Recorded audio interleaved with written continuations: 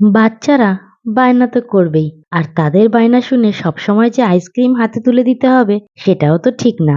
কেমন হয় এমন একটা রেসিপি করে বাড়িতে আইসক্রিমের মতো বানাবো যেটা হেলদিও হবে তার সাথে টেস্টিও হবে। অথচ এই গরমে এত বেশি শরীরের জন্য ক্ষতিকারকও হবে না।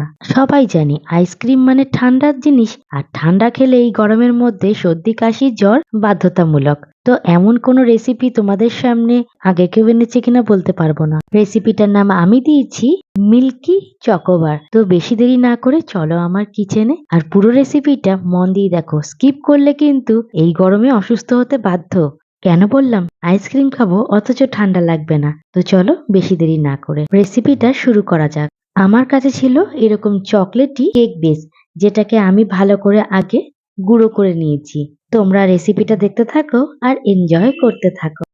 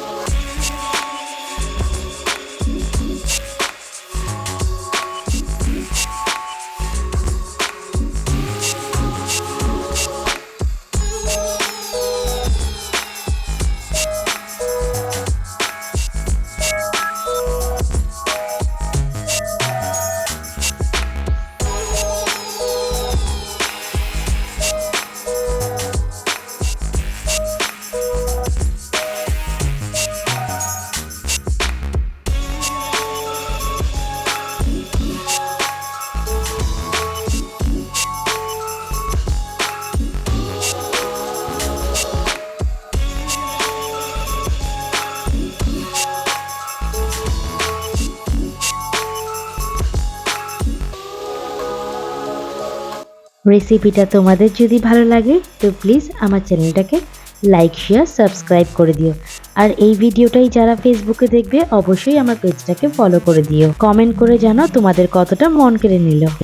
বাচ্চাদের হাতে যদি আমরা ঠান্ডা ঠান্ডা আইসক্রিম না দিয়ে বাড়িতেই যদি এই রকম একটু হেলদি আর টেস্ট আইসক্রিম বানিয়ে দেওয়া হয় তাহলে যে কোনো বাচ্চার মন গলতে একদম বাধ্য।